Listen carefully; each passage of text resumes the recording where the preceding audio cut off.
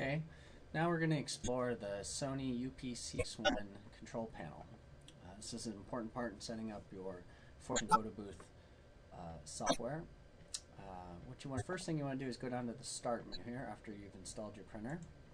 Go to Control Panel, and View Device and Printers. Look under your printers and faxes and find your Sony UPCX-1.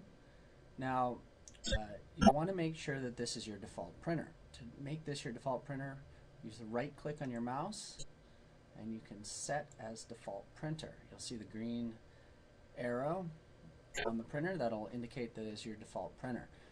If it's not your default printer, the job will be sent to the wrong printer. Okay, let's set up the printer. Let's double click on the printer. This is where your print queue would be. If you had any print jobs waiting, you could highlight them and cancel them, or you could highlight them and resume them. If in case there's a printer error, you might have to resume a print or cancel a print. But we're going to look at the settings here. So let's go to Printer Properties. The property window pops up and you can check Preferences. And this window is where we can set the paper size.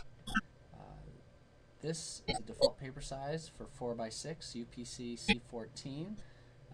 You want to make sure this is checked. When you get the printer, for some reason C15 is always checked.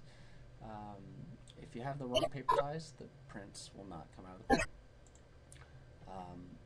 Orientation, we want portrait.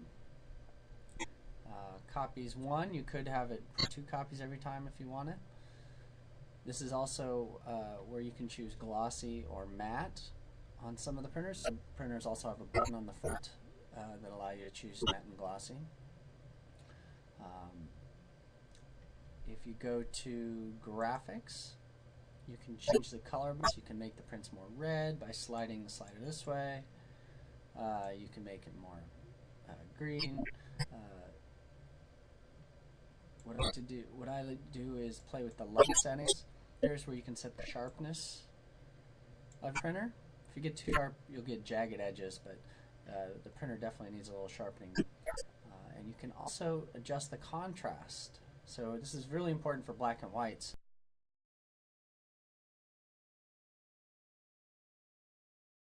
I like to take the dark and move it up about 13, 15. And move the light up about 13, 15, and see how that improves the contrast of your prints.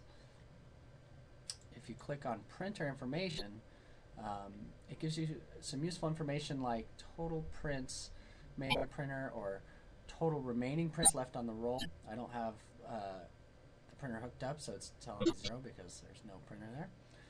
But if it's at the beginning of the event, if you look in here, you can see how many prints until you have to change the paper, so that could be very useful. Say OK and OK, and then those settings are saved.